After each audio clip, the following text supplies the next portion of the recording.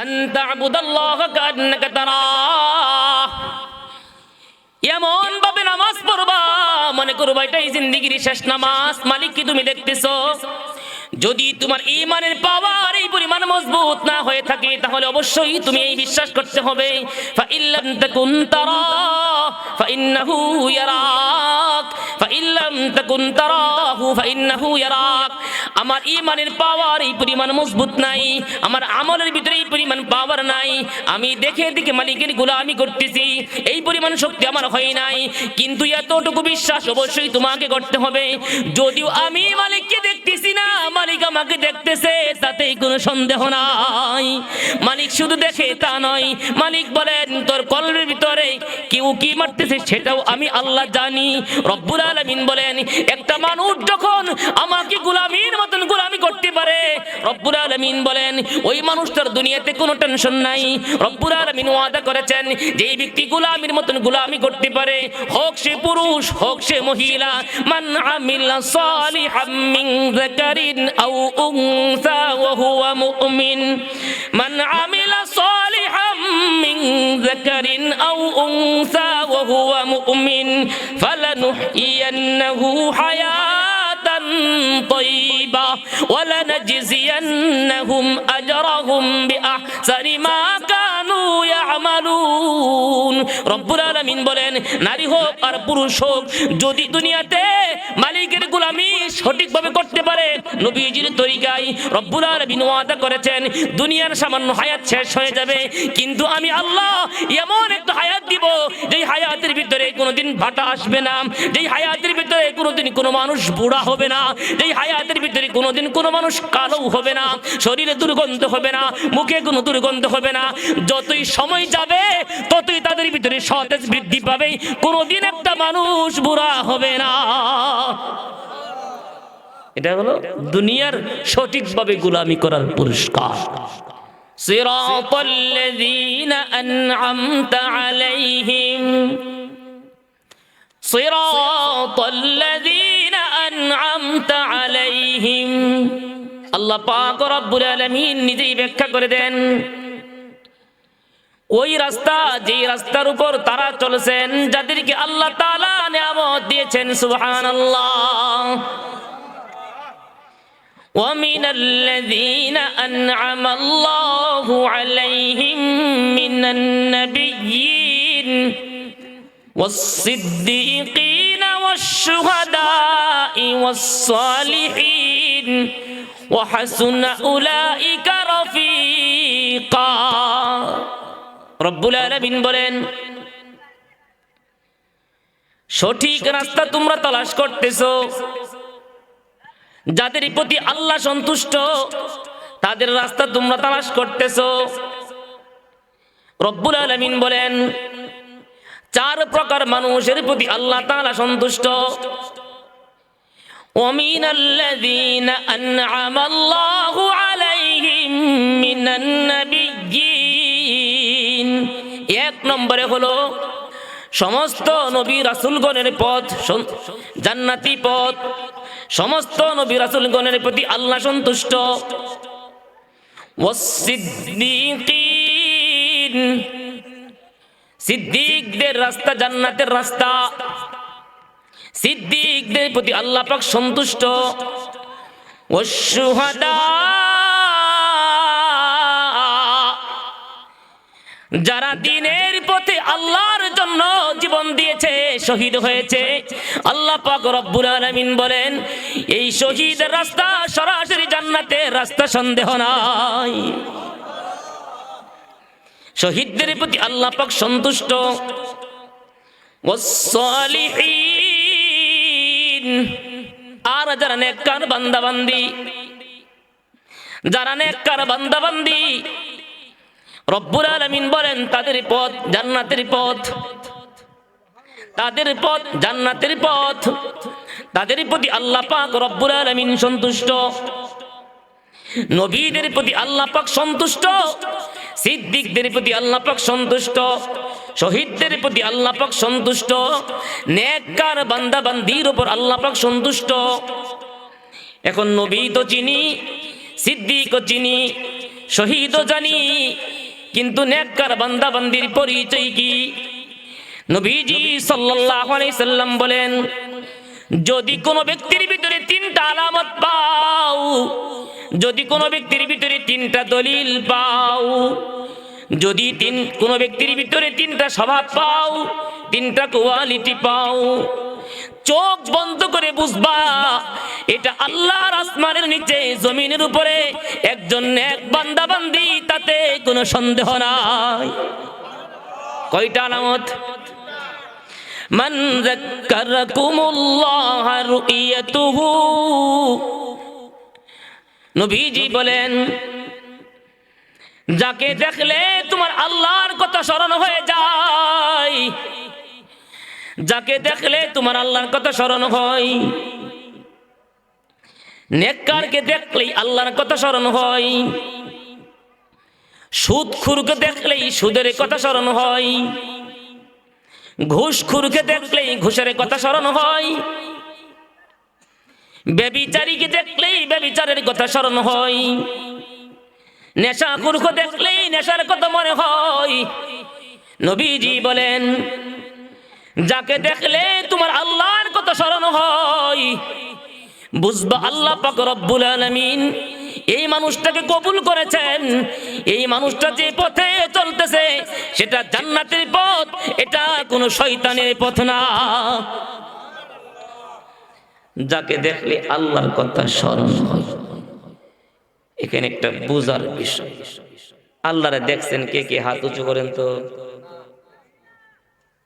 আল্লাহরে কেউ দেখছেন? দুনিয়াতে দেখা সম্ভব?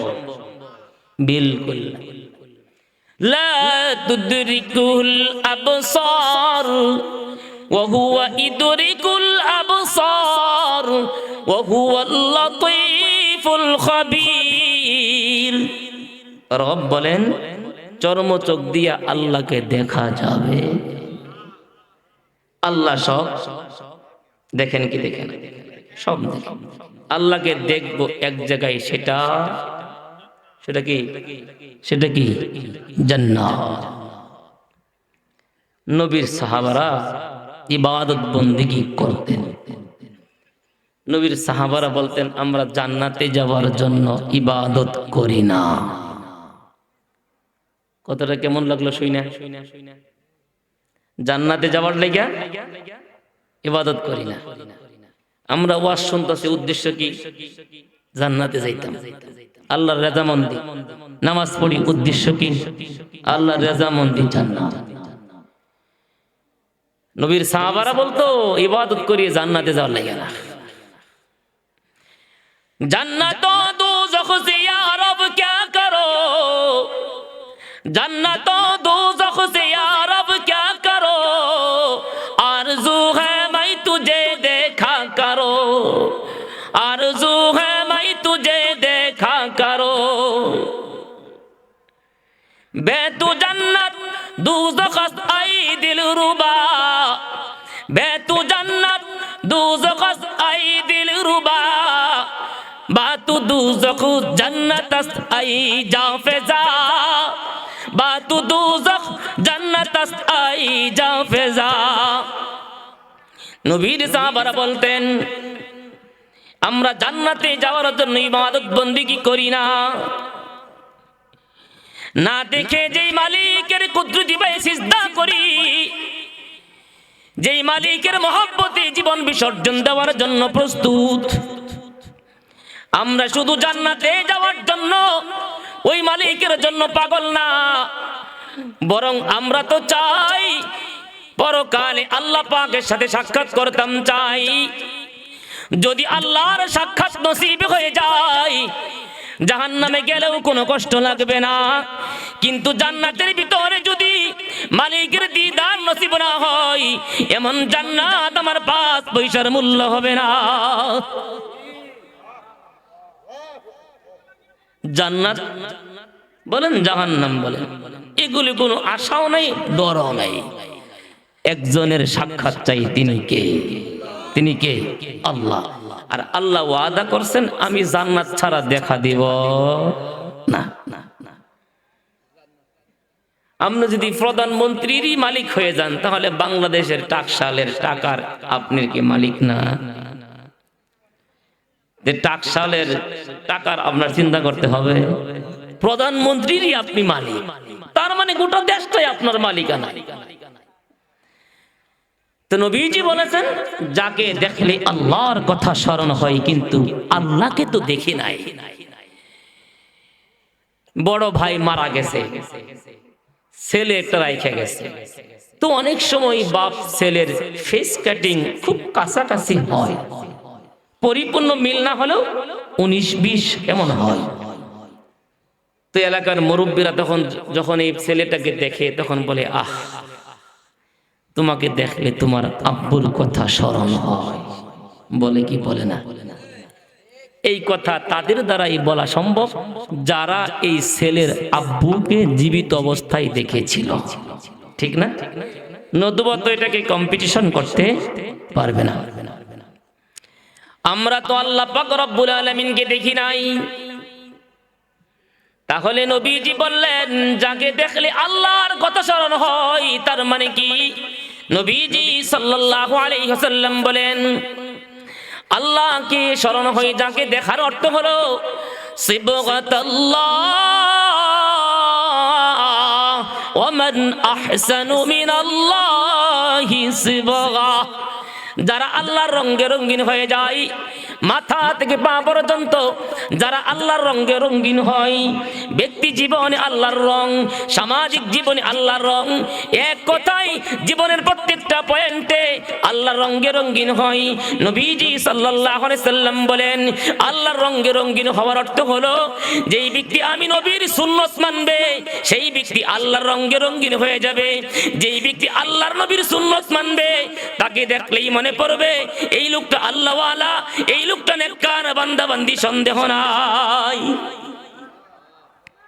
গলার 12টা বাজে, গলার 12টা বাজে গেছে। ওয়াজ কেউ ইচ্ছা করে করতে পারে না, সরাসরি আসমান থেকে যদি আল্লাহ না বাড়ি করে। এটা এমন একটা বিষয় বিলকুল কারো দ্বারা সম্ভব না। ওয়াজ বুখারী যদি মুখস্থ করে নিয়ে বইলেও কেউ বলতে পারবে না যদি রব তার জবান দিয়ে বের না করে। এটা এমন একটা বিষয়।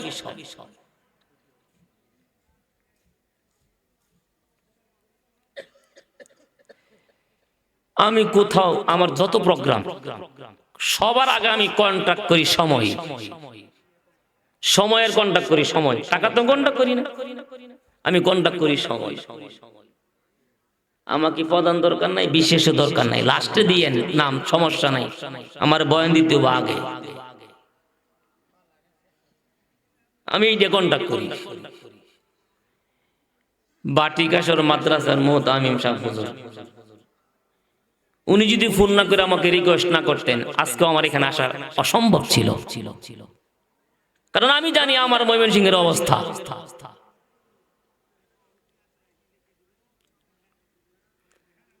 তো আল্লাহ তাআলা বলেছেন সঠিক রাস্তায় তালাশ করো।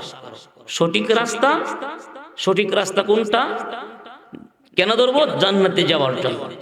সঠিক রাস্তা কাদেরটা? যাদের উপর আল্লাহ পাক নিয়ামত দিয়েছেন, সন্তুষ্ট 4 প্রকারের মানুষ।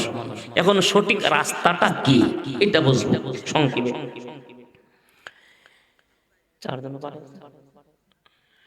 সঠিক রাস্তা, সোজা রাস্তা। ইন্নাল্লাহা রাব্বি ওয়া রাব্বুকুম ফা'বুদুহু। ইন্নাল্লাহা রাব্বি ওয়া রাব্বুকুম ফা'বুদুহু।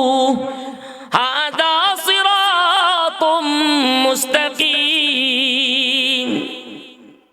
আল্লাহ জানাই দিয়েছেন এই কথার বলো, এই কথা বিশ্বাস করো, এটাই বাস্তবায়ন করো, নিশ্চয়ই আল্লাহ আমার রব, তোমাদের রব। আমাদের রবকে বলুন, রবকে। এইটাই হলো সিরাতে মুস্তাকিম। কোরআনের আয়াতের তরজমা। রব মানে পালনেওয়ালা, রব মানে পালনেওয়ালা। জীবনে যা দরকার লাগে, পরকালে যা লাগবে সব দিবেন কে? সব দিবেন কে? বলেন সব দিবেন কে? আল্লাহ। আচ্ছা, আল্লাহর রুবুবিয়তকে স্বীকার করা, আল্লাহর রুবুবিয়তকে বাস্তবায়ন করা, আল্লাহর গোলামি করা, আল্লাহর, আমার দিকে তাকান।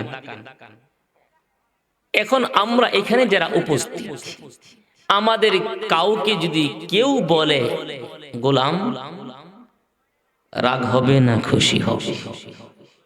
বলেন, রাগ হবে না? রাগ হবে মানে কি? গোলাম ডাকছে শুধু একটা শব্দের কারণে। আগামীকালকে সকালে আপনাদের এলাকায় মাঝে মাঝে আমরা দেখি বিভিন্ন মিডিয়ার মাধ্যমে এরকম গোষ্ঠী গোষ্ঠী ফাড়া ফাড়া কেটা যুদ্ধ শুরু হয়ে যাবে। হয় কি হয় না? বলেন, একটা শব্দের কারণে গোলাম বলছে। আর আল্লাহ বলছে তোমরা সবাই আমার গোলাম। সুবহানাল্লাহ। আমরা শুধু গোলাম না, আমরা গোলামের ঘরের গোলাম, গোলামের ঘরের গোলাম, ঠিক না? নবীও খুশি হয়েছেন যখন আল্লাহ নবীরে বলেছেন গোলাম। সুবহানাল্লাহ। সুবহানাল্লাযী আসরা বিআবদিহি লাইলা, সুবহানাল্লাযী আসরা বিআবদিহি লাইলাম মিনাল মাসজিদিল হারাম, লাইলাম মিনাল মাসজিদিল হারাম ইলাল মাসজিদিল আকসা। রব্বুল আলামিন যখন নবীজি সাল্লাল্লাহু আলাইহি ওয়াসাল্লামকে গোলাম বলে ডাক দিয়েছিলেন, নবীজি সাল্লাল্লাহু আলাইহি ওয়াসাল্লাম বলেন, ও দুনিয়ার মানুষ, আল্লাহ পাক রব্বুল আলামিন আমাকে কখনো মুজাম্মিল বলে কোরআনে ডাক দিয়েছেন, কখনো মুদ্দাসির বলে ডাক দিয়েছেন, কখনো তাহা বলে ডাক দিয়েছেন, কখনো তাসিন বলে ডাক দিয়েছেন। আমি নবী অনেক খুশি হয়েছি। কিন্তু মিরাজের সময় আল্লাহ পাক রব্বুল আলামিন যখন আমাকে গোলাম বলে ডাক দিয়েছিলেন, আমি নবী জীবনে সবচেয়ে বেশি তখন খুশি হয়েছি। কারণ কি? আমি গোলাম, আমার মালিক আল্লাহ। আমি যেহেতু গোলাম, আমার একজন মনিব আছেন। সুতরাং গোলামের কাজ হলো মনিবকে খুশি করা, আর মনিবের কাজ হলো গোলামের কখন কোন জায়গায় কি প্রয়োজন তা পূর্ণ করা, ঠিক না বেঠিক? নবীজি বলেন, গোলামের একটাই কাজ, কেমনে শুধু মালিককে সন্তুষ্ট করবে। চাকরির কোনো টেনশন গোলামের নাই, ব্যবসা বাণিজ্যের টেনশন নাই, কোনো কিছুর তার প্রয়োজন নাই। শুধু একটাই টার্গেট, কেমনে গোলাম তার মালিককে সন্তুষ্ট করবে। আর মালিকের কি দরকার, মালিকের কি দায়িত্ব? রব্বুল আলামিন বলেন, গোলাম যখন আমাকে সন্তুষ্ট করবে, আমি আল্লাহ আমার গোলামের কোন বয়সে কি দরকার, আমি আল্লাহ আসমান থেকে ফেরেশতার মাধ্যমে তার জন্য সব বাস্তবায়ন করব। এমন ভাবে করব দুনিয়ার কোন বিজ্ঞান তা আবিষ্কার করতে পারবে না। मैं भी और माँ बाप मेरी भी तमाम, मैं भी और माँ बाप मेरी भी तमाम, सबके सब हो तेरे ही लोंडी गुलाम, सबके सब हो तेरे ही लोंडी गुलाम। আমরা সবাই কার গোলাম? বলেন কার গোলাম? একটা হলো গোলাম, আর একটা হলো চাকরিজীবী। চিনেন কি চিনেন না? আমরা গ্রামের ভাষায় বলি কামলা, দিনমজুর ইত্যাদি ইত্যাদি শব্দ। আচ্ছা, শ্রমজীবী, গোলাম আর চাকরিজীবী। আপনি মালিকের কাজ করেন, চাকরি করেন। আল্লাহ পাক রব্বুল আলামিন আমাদেরকে চাকরিজীবী কোথাও বলেন নাই, বলেছে গোলাম। কেন বললেন? চাকরির সিস্টেম হলো, একজন মানুষ যখন কোথাও কোনো চাকরিতে ভর্তি হয়, সেখানে তার কত ঘন্টা ডিউটি করবে সেটাও নির্দিষ্ট, বেতন কত হবে সেটাও নির্দিষ্ট। বেতন মাসে 20,000 টাকা, প্রতিদিন ডিউটি 8 ঘন্টা। 8 ঘন্টা ডিউটি করবি কোথায়? অফিসে। মাসিক বেতন 20,000, কিন্তু 20,000 টাকা দিয়ে এই লোকটার মাসের খরচ চলে না, কমপক্ষে আরো 10,000 টাকা লাগে। তাই বলে কি এই তার মালিক তাকে 20,000 টাকা বেতন দেওয়ার পরে অতিরিক্ত 10,000 টাকা দিবে? বলেন দিবে?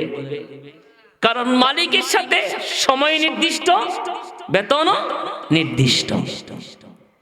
তুমি তোমার অতিরিক্ত টাকা কোথায় থেকে ব্যবস্থা করবে সেটা একান্তই তোমার ব্যাপার। তোমার সাথে আমার চুক্তি হয়েছে টাইম আর টাকা। তোমার ফ্যামিলির খরচ কোথায় থেকে ম্যানেজ করবে, তোমার ছেলে মেয়ের লেখাপড়ার খরচ, চিকিৎসার বাবদ কোথায় থেকে ম্যানেজ করবে, একান্তই তোমার ব্যাপার।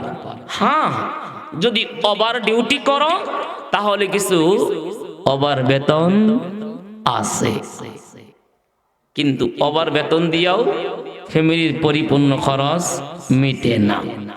এই হলো চাকরির অবস্থা, যে টাইম নির্দিষ্ট, বেতনও নির্দিষ্ট। এরপরে আপনার প্রয়োজন আর মালিক বোঝে না।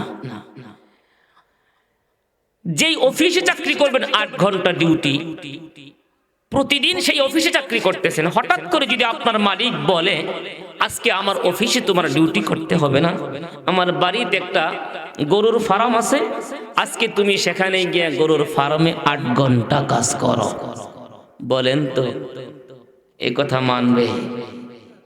প্রথম কথাই বলবে আমি কি গোলাম, তুমি কি আমার কিনে ফেলছো? আমি অফিসে চাকরি করব, চাকরি নিছি তাও মাংনা না, টাকা দিছি 20 লাখ, তুমি কি আমার কিনে ফেলছো? আমি তোমাকে গরুর ফার্ম, গরুর গোবর সাফ করব? প্রশ্নই আসে না। এক কথাই কর্মস্থান নির্দিষ্ট, সময় নির্দিষ্ট, পারিশ্রমিকও নির্দিষ্ট, এটার নাম চাকরিজীবী। আর গোলাম কি? গোলামের কোনো নির্দিষ্ট ডিউটি নাই, গোলামের নিজস্ব কোনো অর্থ সম্পদ নাই, এক কথায় গোলাম নিজেই হলো মালিকের অধীনে। সুবহানাল্লাহ। আমরা গোলাম, আল্লাহ আমাদের ভাগ্য সুপ্রসন্ন করে দিয়েছে। গোলাম গোলামি করবে কেমনে? নবীজি সেটাও বলে দিয়েছেন। قال رسول الله صلى الله عليه وسلم أن تعبد الله كأنك تراه أن تعبد الله كأنك تراه فإن لم تكن تراه فإنه يراك। নবীজি সাল্লাল্লাহু আলাইহি ওয়াসাল্লাম বলেন, গোলাম গোলামি করবে এভাবে, মনে মনে চিন্তা করবে আমি মালিকের গোলামি করতেছি, আমি মালিককে দেখে দেখে মালিকের গোলামি করতেছি। সুবহানাল্লাহ।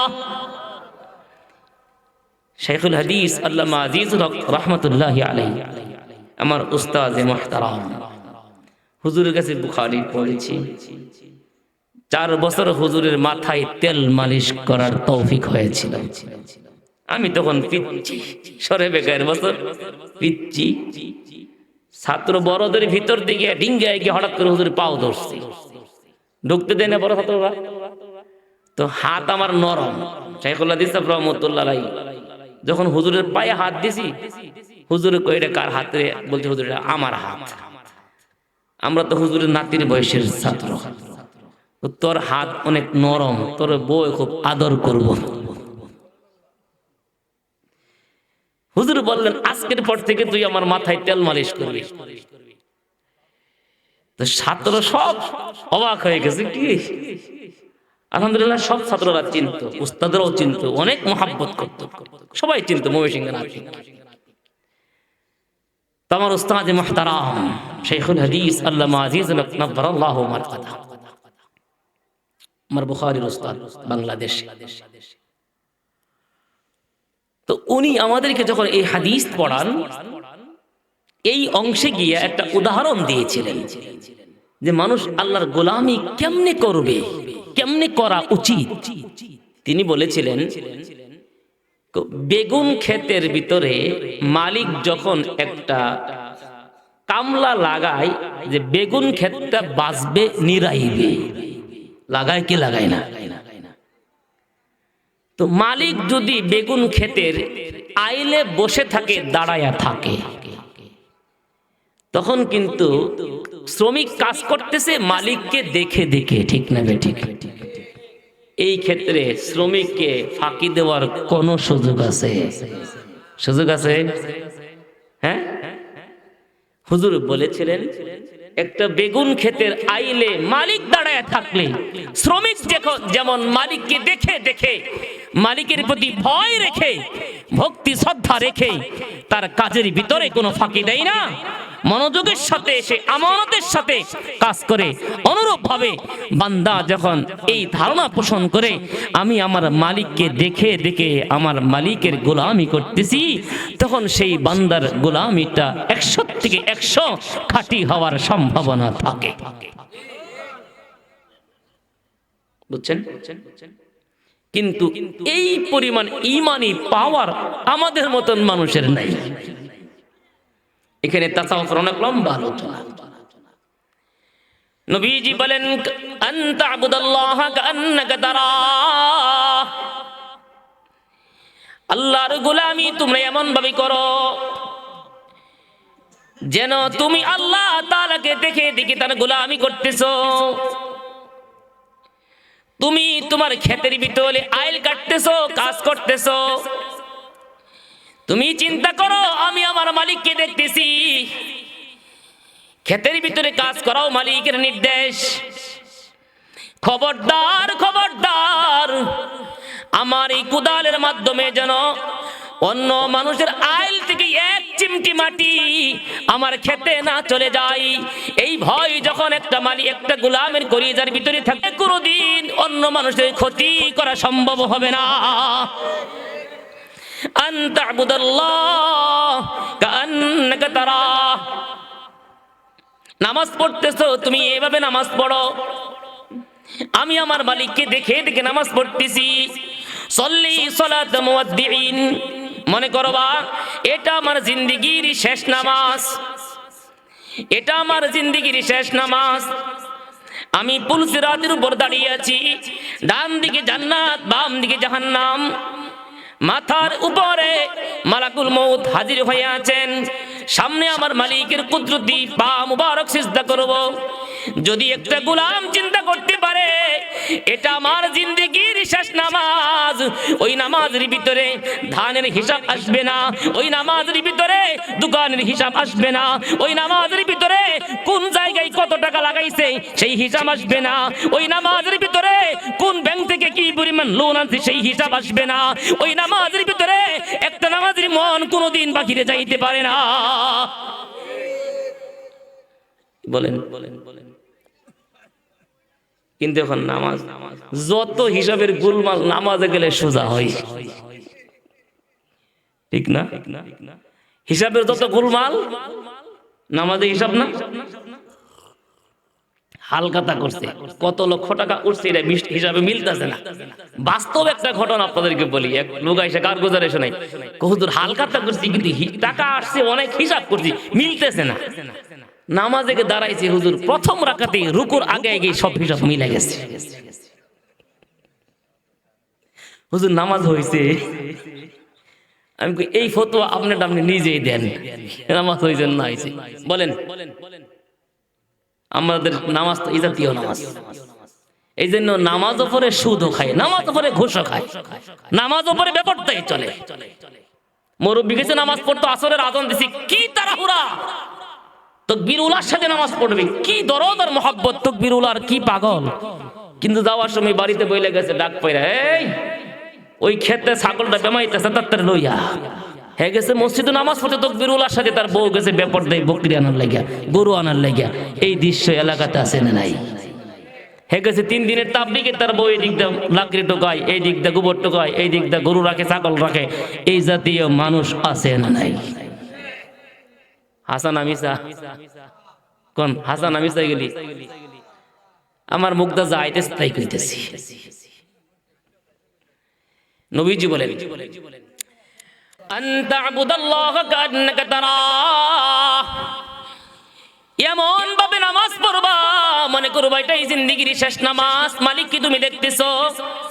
যদি তোমার ঈমানের পাওয়ার এই পরিমাণ মজবুত না হয়ে থাকে তাহলে অবশ্যই তুমি এই বিশ্বাস করতে হবে, ফা ইল্লাম তাকুন তারা ফা ইন্নাহু ইয়ারাক, ফা ইল্লাম তাকুন তারাহু ফা ইন্নাহু ইয়ারাক। আমার ঈমানের পাওয়ার এই পরিমাণ মজবুত নাই, আমার আমলের ভিতরে এই পরিমাণ পাওয়ার নাই, আমি দেখে দেখে মালিকের গোলামি করতেছি, এই পরিমাণ শক্তি আমার হয় নাই, কিন্তু এতটুকু বিশ্বাস অবশ্যই তোমাকে করতে হবে। যদিও আমি মালিককে দেখতেছি না, মালিক আমাকে দেখতেছে, তাতেই কোনো সন্দেহ নাই। মালিক শুধু দেখে তা নয়, মালিক বলেন তোর কলবের ভিতরে কেউ কি মারতেছে সেটাও আমি আল্লাহ জানি। রব্বুল আলামিন বলেন একটা মানুষ যখন আমাকে গোলামির মতন গোলামি করতে পারে, রব্বুল আলামিন বলেন ওই মানুষটার দুনিয়াতে কোনো টেনশন নাই।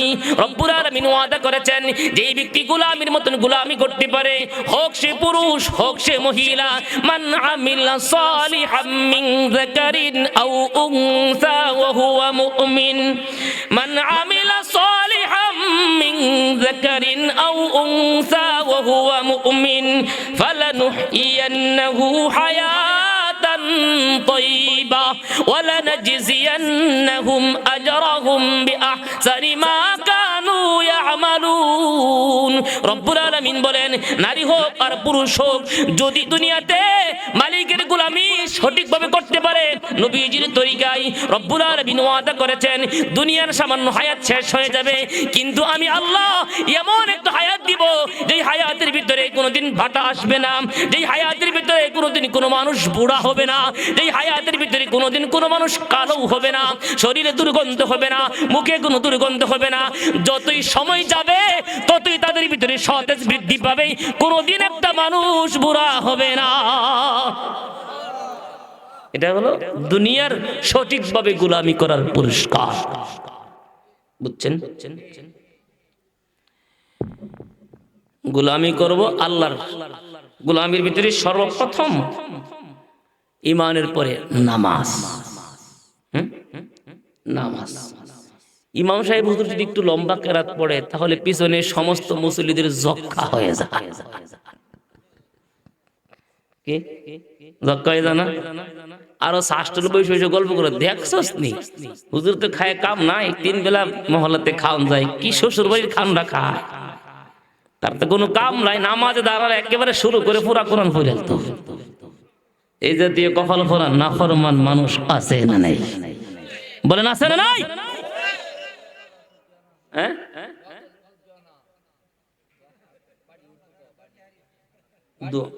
দোয়া দোয়া দরকার নাই। নামাজ আওয়ামী লীগ দোয়া বিএনপি দুইটা এক লগে করতে গেলি, দুইটা এক লগে কেমনে করতে সম্ভব?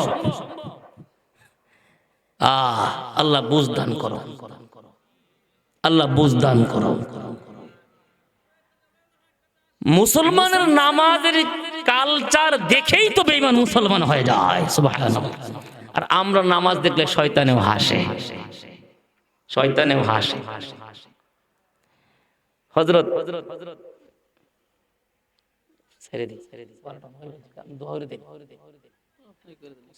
ঠান্ডা অনেক বেশি, আর তো কম হয় না, আর তো কম হয় না, আরেকদিন যাও হয় ইনশাআল্লাহ। নামাজের মাধ্যমে বেঈমান মুসলমান হয়ে যায়। নবীজির জামানায় মক্কার একটা বড় লিডার আছে, বড় কাফের লিডার, নাম হলো তুফাইল ইবনে আমর আদ-দাউসি। দাউস গোত্রের একটা বড় লিডার, নাম হইছে তুফাইল, কাফের। তবে মক্কা থেকে বেশ দূরে সমুদ্রের তীরে তার বসবাস, বড় মাপের লিডার। ওই জমানার লিডারদের একটা সিস্টেম ছিল, লিডারদের বাড়িতে কোনোদিন আগুন নিভতো না, মানে হরদম ওদের বাড়িতে রান্না হতো, যে কোনো মানুষ যাইতো খানা খেতে পারতো, মেহমান হইতে পারতো। নেতাদের এটা গুণ আর বৈশিষ্ট্য। আর আমরা দেশের নেতা যত পাও দেও, পেটটা ভরি,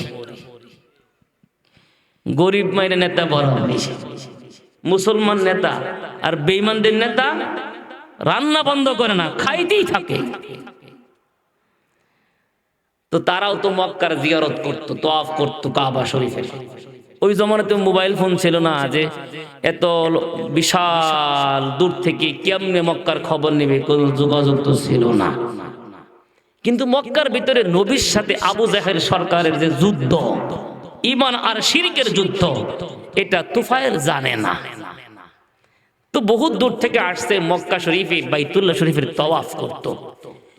তো এক এলাকার লিডার যখন মক্কার ভিতরে ঢুকছে, মক্কার ভিতরের লিডার তো তারা খবর পাইছে যে তুফাইল লিডার আসছে। তো এক লিডার যদি আরেক লিডারের এলাকা যায়, ওই লিডার তাকে অভ্যর্থনা জানায় কে জানায় না, জানায় কে জানায় না, ফোন করে, কত কিছু করে, রিসেপশনের ব্যবস্থা করে। ওই তোমার এগুলি ছিল না। কিন্তু যখন তুফাইল ঢুকছে মক্কায়, আবু জাহেলের খবর হয়ে গেছে তুফাইল ঢুকছে। আবু জাহেল, উতবা, সাইবা, রবিয়া, বড় বড় নেতারা মিলা তুফাইলের কাছে দৌড়ায় গেছে। দোস্ত, তুমি তো মক্কাত আইছো, কিন্তু মক্কার ভিতরে যে ঘটনা চলতেছে তুমি কিচ্ছুই জানো না। বলে কি? মুহাম্মদ ইবনে আব্দুল্লাহ একটা লোক, আমরারই বাতিজা, নতুন এক ধর্মের দাওয়াত শুরু করছে। তার এই দাওয়াতের কারণে এখন পিতা পুত্রের ভিতরে বিভেদ সৃষ্টি হয়ে গেছে, ভাই ভাইয়ে বিচ্ছেদ হয়ে গেছে, স্বামী স্ত্রীর ভিতরে বিচ্ছেদ হয়ে গেছে। ঘটনা কি? বলে সে কি জানি তেলাওয়াত করে, কি জানি বলে, তার কথা শুনেই মানুষ কায়ত হয়ে যায়, খালি তার দলে জায়গা। খবরদার তুফাইল, যতদিন থাকবা আমাদের মেহমানখানা তোমার জন্য উন্মুক্ত, তোমার সিকিউরিটি গার্ড থাকবে। খবরদার তুফাইল, তুমি কিন্তু মুহাম্মদের দ্বারে কাছেও যাইবা না, তার কথাও শুনবা না। কারণ আমাদের বিশ্বাস, তুমিও যদি তার কথা শোনো, তুমিও তার এই কথার কারণে প্রভাবিত হয়ে যাবে। সে জাদু করে, তার এই জাদুর কারণে তুমিও তখন জাদুগ্রস্ত হয়ে যাবে। না জানি তখন তুমি তার দলে ঢুইকা যাও, এই ভয়ে তুমিও তার দ্বারে কাছেও যাইবা না। ভালো করে পড়াইছি, বুঝছেন নি? তুফাইল নিজের বক্তব্য, তুফাইল বলেন, আমাকে মক্কার লিডাররা, কাফের লিডাররা এইভাবে মুহাম্মদ ইবনে আব্দুল্লাহর ব্যাপারে এরকম এরকম তথ্য দিল। তুফাইল বলে, আমিও মজার মতন করে ওদের মেহমানখানায় থাকি, খাই, বাহিরে বের হই না। হঠাৎ একদিন তুফাইল বলেন যে আমি একদিন নিয়ত করছি বাইতুল্লাহর তওয়াফ করব, দূর থেকে আসছি তো তওয়াফ তো করতে হবে। তাদের তওয়াফের সিস্টেম ছিল, দিনের বেলায় পুরুষরা উলঙ্গ হয়ে তওয়াফ করত, রাতের বেলায় মহিলারা উলঙ্গ হয়ে তওয়াফ করত। কাবার ভিতরে থাকতো 360টা মূর্তি। নাউযু বিল্লাহি মিন শাররি যালিক। তুফাইল বলেন, মক্কার লিডার আমার কান ভারী করে ফেলেছে মুহাম্মদের ব্যাপারে, বিরুদ্ধে বলতে বলতে মুহাম্মদ জাদুকর, মুহাম্মদ কাহেন গণক, মুহাম্মদ জঙ্গি, বিভিন্ন রকমের বাজে কথা বলে আমার কান ভারী করে দিয়েছে বেঈমানেরা। কিন্তু আমি তো নিয়ত করেছিলাম কাবা শরীফে তওয়াফ করব, সিদ্ধান্ত নিলাম তওয়াফ করব, কিন্তু কিভাবে বের হব? মুহাম্মদ তো কাবার চত্বরেই থাকে, তার কথা যদি আমার কানের ভিতরে চলে আসে, এই জন্য আমি চিন্তা করলাম আমার কানের ভিতরে তুলা ঢুকায়া, আমার কানের ছিদ্র বন্ধ করে কাবা শরীফের দিকে রওনা করলাম, যাতে করে মুহাম্মদের কোনো কথা আমি তুফাইলের কানের ভিতরে প্রবেশ করতে না পারে। আবু জাহেল দেখা ঠিকই আছে, এইবাই যাইবা। এই জাতীয় কিছু মানুষ এখনো দুনিয়াতে আছে। হুজুররা, আলেমরা জঙ্গি, এরা কিচ্ছু বুঝে না, এরা সমাজের উন্নতির পথে বাধা। স্কুলে পড়ছে না, কলেজে পড়ছে না, ইংরেজি জানে না, ফিজিক্স জানে না, কেমিস্ট্রি জানে না, বায়োলজি জানে না, শুধু কোরআন শরীফ পড়ে আর হাদিস জানে। আর কি জানে? নামাজ পড়াইতে পারে, আর কি জানে? বলে কি বলে না? তারা শুধুমাত্র নামাজ পড়ায়, কোরআন শরীফ পড়ছে, হাদিস পড়ছে, তারা কি সমাজ চালাইতে পারবো? বলে কি বলে না? তুফাইল ইবনে আমর দাউসি বলেন, আমি কানের ভিতরে তুলা ঢুকায়া যখন কাবা শরীফের দিকে রওনা করলাম, আবু জাহেলের মেহমান খানার থেকে হাঁটি হাঁটি পা পা করে যখন কাবার দিকে রওনা হলাম, আমি দূর থেকে তাকায়া দেখি কাবার চত্বরে একজন মানুষ দাঁড়ায়া দাঁড়ায়া নামাজ পড়তেছে। সুবহানাল্লাহ। তুফাইল বলেন, আমি আবু জাহেলকে জিজ্ঞাসা করলাম, লিডার, ওই যে নামাজ পড়তেছে ওই মানুষটা কে? আবু জাহেল বলেন, লিডার, এটাই তো সেই মানুষ যার ব্যাপারে তোমাকে সতর্ক করেছি। খবরদার খবরদার, তুমি সেই মানুষটার কাছে যাইবা না, সেই মানুষটাই তো হলো মুহাম্মদ। তুফাইল বলেন, আবু জাহেল লিডার আমাকে নিষেধ করেছেন, কিন্তু আমি যখন মুহাম্মদের দিকে তাকাইলাম, আমি বহু চেষ্টা করছি আমার চোখ অন্যদিকে নেওয়ার জন্য, দৃষ্টি অন্যদিকে ফেরাইবার জন্য চেষ্টা করি, কিন্তু ভিতর থেকে ঘূর্ণিঝড় শুরু হয়ে গেছে। আমার এই চোখ মুহাম্মদ থেকে অন্য কোনো দিকে যায় না। তুফাইল বলেন, আমরাও নামাজ পড়ি, কিন্তু মুহাম্মদের নামাজের মতন নামাজ না। কিন্তু মুহাম্মদ কাবার চত্বরে দাঁড়ায়া দাঁড়ায় কি নামাজ পড়তেছেন? তুফাইল বলেন, আমি হাঁটি হাঁটি পা পা করে কাবার নিকটে চলে গেলাম। আমি কাবার নিকটে গিয়া আস্তে করে আমার এক কান থেকে তুলাটা বের করে নিলাম। সুবহানাল্লাহ।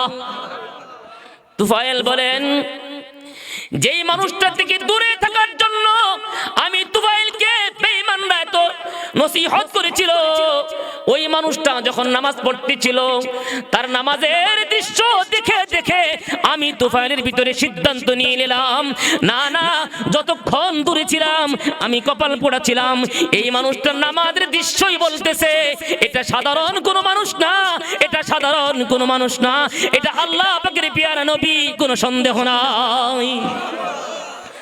তুফাইল বলেন, আমি সাধারণ কোনো মানুষ না, একদিকে একজন বড় লিডার, ধনী মানুষ, আবার তুফাইল ছিল অনেক অনেক বড় সাহিত্যিক একজন মানুষ।